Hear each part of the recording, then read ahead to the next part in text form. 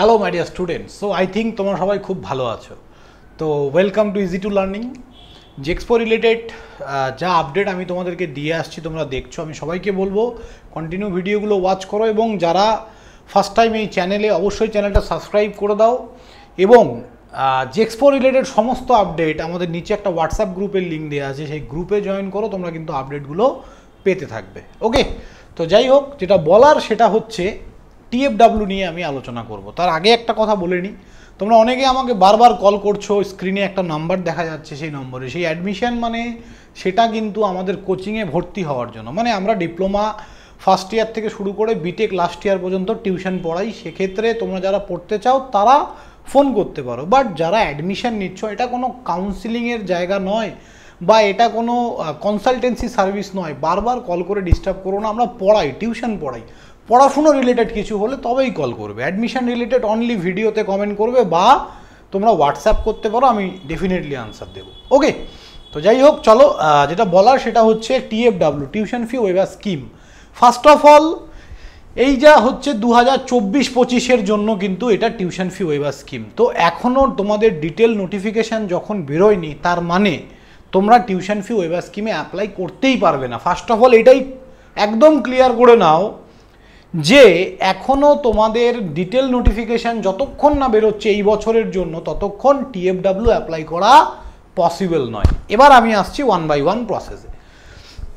Eligibility, first of all এখানে কারা কারা বা কোন কোন college, technical education training skill development department, government of West Bengal shall implement the tuition fee waiver scheme for all AICTE approved government sponsor polytechnic as well as self-finance polytechnic of the state of economically backward meritorious student of the state of West Bengal. ওকে, তো private college, government college বা government sponsor সব কলেজেই কিন্তু TFW নেবে বা seat আছে। Student, এবার eligibility, student who have been merit listed prepared by the West Bengal State Council of Technical and Vocational Education and Skill Development whose annual family income from all source in the presiding financial year does not exceed 8 lakhs, মানে 8 লাখ টাকার ওপরে যদি family income না হয় তোমরা কিন্তু TFW apply করতে পারো। আমি প্রথমেই বললাম যে এখনও এই বছরের নোটিশ বেরোয়নি, এটা আগের বছরেরটা, তো সেই হিসাবে এই ফরম্যাটটা কিন্তু কোনো কাজের না, এটা টিএফডাব্লিউ করেও কোনো লাভ নেই। অতএব এই মুহূর্তে দাঁড়িয়ে যারা টিএফডাব্লিউ অ্যাপ্লাই করবে তারা কিন্তু অ্যাপ্লিকেবল হবেই না টিএফডাব্লিউ, কারণ এবছর কোনো ফরম্যাট ওরা বেরই করেনি।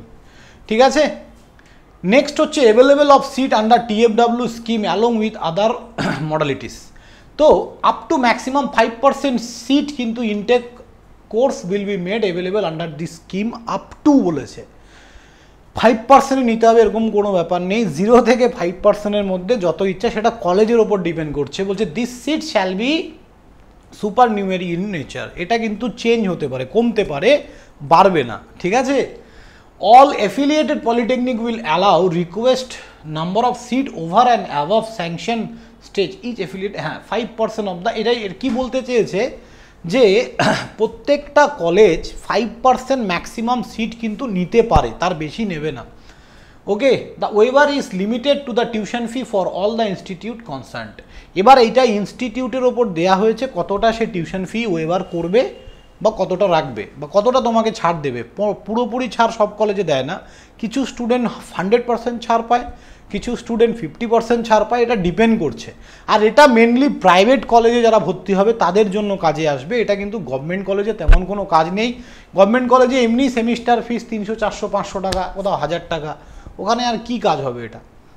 ওকে, selection of candidate for the tuition fee waiver scheme shall be decided during the counselling process based on the merit list prepare by এত। তো কাউন্সিল এটা প্রিপেয়ার করবে। লাস্ট পয়েন্টটা খুব গুরুত্বপূর্ণ, in the event of non-availability of student in this category fulfilling all prescribed criteria, the same shall not be given any other category of applicant. তুমি যদি অন্য কোনো ক্যাটাগরি, ধরো তোমার টিএফডাব্লিউ তুমি করেছো, তাহলে তুমি এসসি, এসটি, ওবিসি এগুলো কিন্তু অ্যাপ্লাই করতে পারবে না বা অন্য কোনো ক্যাটাগরিতে কিন্তু অ্যাডমিশন নিতে পারবে না। সেকেন্ড হচ্ছে এইখানে কিন্তু তোমাকে যে আমরা টিউশন ফি ওয়েভার স্কিমের পরে আমাদের যেগুলো ইডাব্লিউএস, ইকোনমিক আর উইকার সেকশন, সেটার ওই স্কিমেও কিন্তু আমরা এই যে ক্যাটাগরি, এই যে আদার ক্যাটাগরি অফ অ্যাপ্লিকেন্ট কিন্তু এখানে অ্যাপ্লিকেবল হবে না। যারা টিএফডাব্লিউ কোঠায় ঢুকবে তারা অনলি টিএফডাব্লিউ, মানে অ্যাকচুয়ালি জেনারেলদের জন্যই এটা বেস্ট। ওকে, এবার কোন কোন অথরিটি এটাকে দিতে পারবে, যেমন block development officer, sub divisional officer. তো এই ফরম্যাটটা তোমাকে ফিল আপ করে, এই ফরম্যাটটা প্রথমে তোমাকে একটা ইনকাম সার্টিফিকেট বানাতে হবে, সেই ইনকাম সার্টিফিকেট নিয়ে বিডিও অফিস থেকে এই ফরম্যাটটাকে তোমাকে সিগনেচার করাতে হবে এবং paste here the passport size colour photo that was used for application form session 24-25, এটা 25-26 চলছে।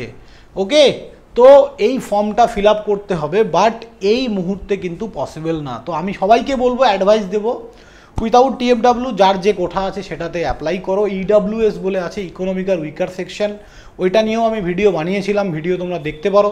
তো ওই ব্যাপারগুলো নিয়ে তোমরা কিন্তু এগিয়ে যাও। ইডাব্লিউ এখন টিউশন ফি, টিএফডাব্লিউ নিয়ে মাথা ঘামিয়ে লাভ নেই।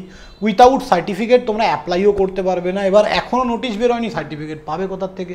তো যাই হোক, যতটা পসিবল 8 লাখ টাকার নিচে বাড়ির ইনকাম হলে তবেই টিএফডাব্লিউ হয়, মোদ্দা কথা এটাই বলার ছিল।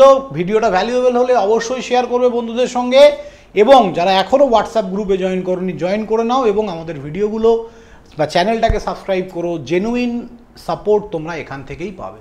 থ্যাংক ইউ স্টুডেন্ট, সবাই ভালো থাকবে, দেখা হবে নেক্সট কোনো ভিডিওতে, বাই।